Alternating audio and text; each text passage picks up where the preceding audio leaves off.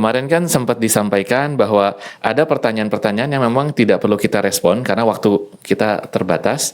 Tapi kan orang juga punya rasa ingin tahu begitu ya. Betul. Bagaimana kita membedakan pertanyaan yang memang perlu direspon untuk menambah pemahaman sama yang memang kita bisa parkir dulu begitu. Oke, terima kasih. Tugas kita sebagai seorang guru ya, itu memang membuat siswa itu paham atau bisa ya. Nah ini sebenarnya kalau misalnya kita kuliah ya atau lecture itu membuat siswa paham ya.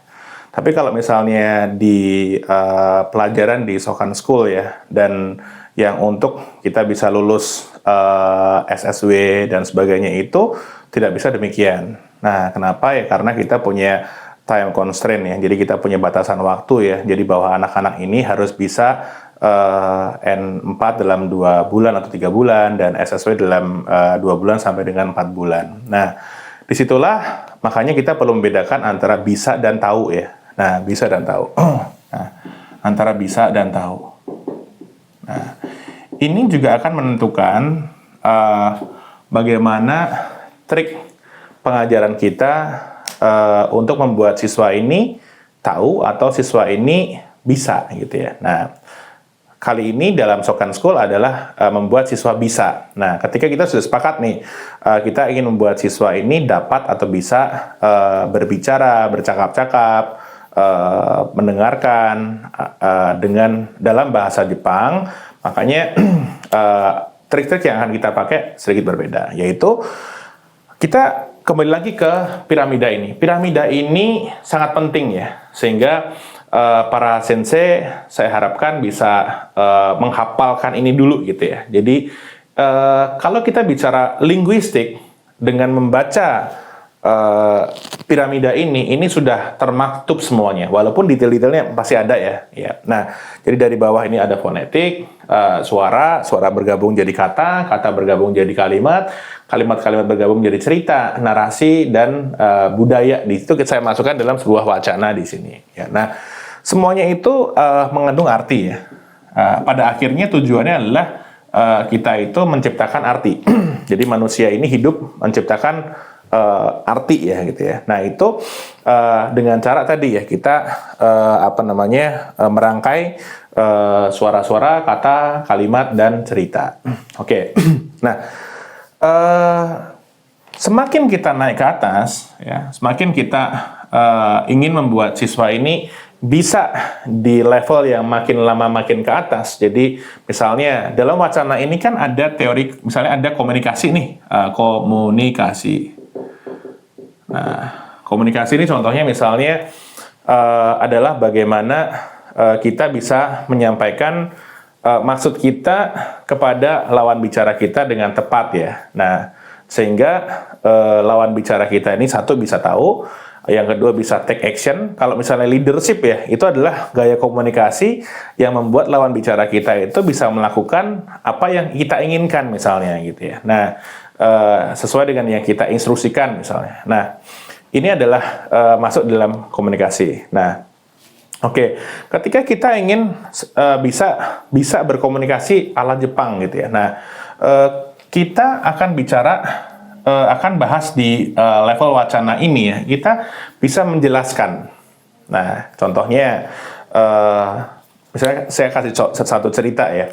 Jadi ada satu cerita perawat kita di sebuah fasilitas ya, itu dia dimarahi oleh rekan sekerjanya ya di fasilitas care facility gitu ya. Nah, karena dia berusaha untuk membantu seorang ryosha atau pemakai jasa ya, pasien di sebuah care facility tersebut yang dia tiba-tiba kesakitan. Nah, sehingga karena dia sudah tahu obat-obatnya apa dan sebagainya gitu ya. Nah, dia berikan obat itulah gitu ya. Tapi setelah itu bukan terima kasih yang dia terima, tapi adalah dia dimarahi sama dokter dan sama atasannya dia.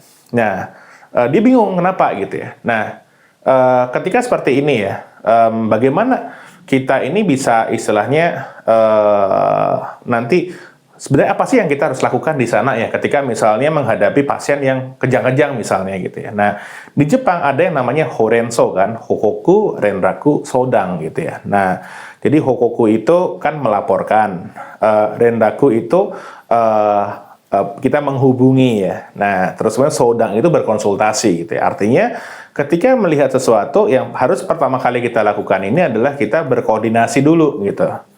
Nah, baru kita melaporkan itu sebisa mungkin segera kita laporkan itu kepada dokter dan atau atasan kita gitu ya, untuk kita kemudian melakukan penyelamatan atau kita melakukan tindakan. Itu yang template yang ada di Jepang gitu ya. Nah, ya memang ini kadang-kadang buat kita terkesan seperti kita ini tidak taktis gitu ya. Tapi itulah yang ada di Jepang gitu ya. Nah, itu satu contohnya ya. Berarti kita kan bisa jelaskan ya, karena ada Horenso nih gitu ya. Nah, sehingga nanti kalau kamu misalnya mungkin hati kamu ingin segera menolong seseorang atau hati kamu ingin segera berbuat sesuatu, tapi ingat sebelum ke sana, oh tunggu dulu, saya harus melakukan Horenso misalnya. Nah, ini hal-hal seperti ini kita bisa jelaskan. Terus kemudian saya kasih contoh lagi ya. Ada satu mahasiswa dari Tiongkok ya yang belajar di Jepang, terus kemudian dia melakukan part-time job ya. Nah, dia di tempat dia melakukan part-time job itu buka dari jam 5 sampai jam 11 malam.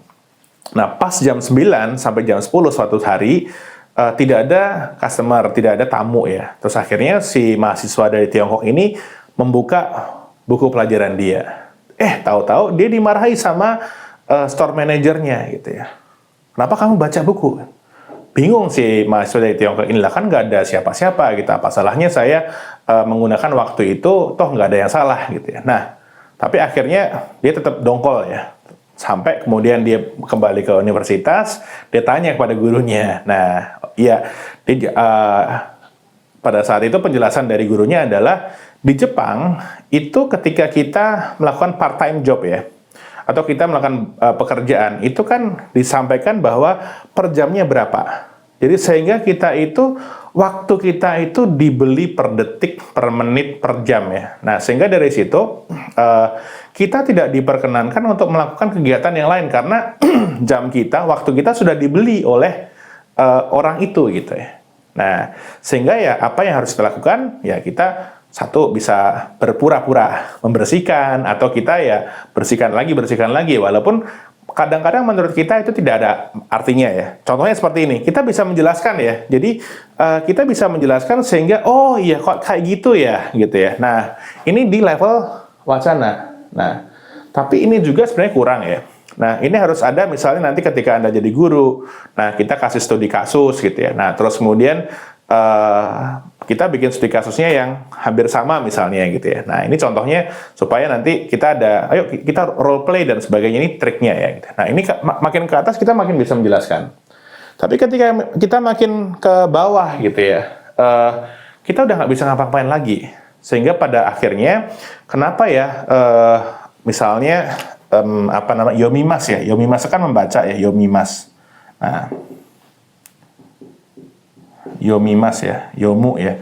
Ini kan membaca. Nah, kenapa Yomimas itu atau Yomu ini ketika kita mau jadi bentuk sedang ya, atau menjadi bentuk memerintah, Yonde kudasai, Yonde imas gitu ya. Nah, kita ingin menggabungkan kata Yomu ini dengan bentuk yang lain, itu kenapa harus Yonde gitu ya, Yonde imas atau Yonde kudasai gitu ya.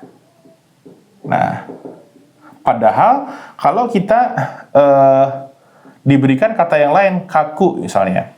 Nah, kaku ini kan menulis ya.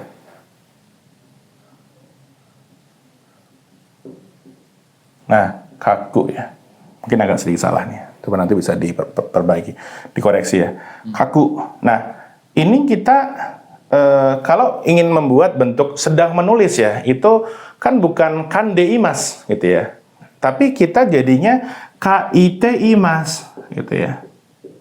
Atau misalnya tolong tulis. itu kan bukan apa ya? Jadi itu bukan kande kudasai, tapi adalah kaite kudasai gitu ya. Kaite kudasai.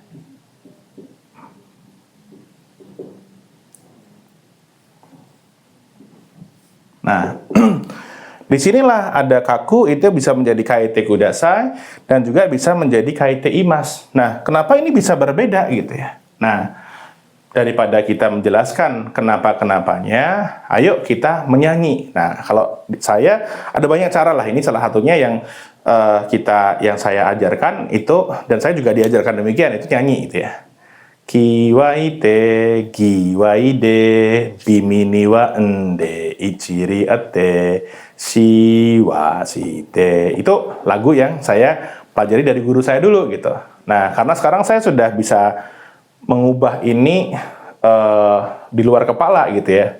Nah, ini saya nggak perlu lagu itu lagi. Tapi di awal-awal saya melakukan akuisisi, saya memasukkan ke kepala saya menggunakan lagu, saya menggunakan jembatan keledai. Nah, inilah contoh-contoh ketika misalnya kita makin ke bawah, karena ini akan lebih banyak menggunakan ingatan-ingatan ya, sehingga lagu, terus kemudian jembatan keledai ini akan kita perlukan. Nah, makin kita ke atas, itu makin banyak penjelasan yang kita bisa berikan kepada siswa. Saya kira demikian Pak Ibra. Oh, oke. Berarti kalau lagu-lagu itu juga ada maknanya ya, bagaimana membantu siswa ini mengerti ya, dan ingat dulu begitu. Betul. Untuk konsep-konsep dasarnya. Iya, kadang-kadang kan begini Pak Ibra, kita mungkin kita tidak tahu artinya ya. Misalnya gini, hey yamko rambe yamko aronawa kombe. Ini kan saya nggak tahu artinya gitu.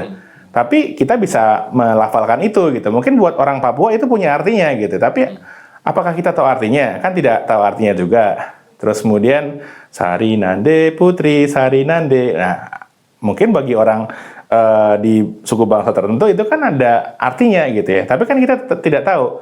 Tapi karena kita bisa menyanyi dan ritme itu membantu kita untuk, jadi pada saat kita berusaha menginput sesuatu ke otak kita, itu menjadi sebuah load. Nah, load itu burden ya, beban. Nah, tapi ketika misalnya kita diberikan istilah ritme atau apa namanya lagu ya, itu beban itu teringankan oleh ragu gitu ya.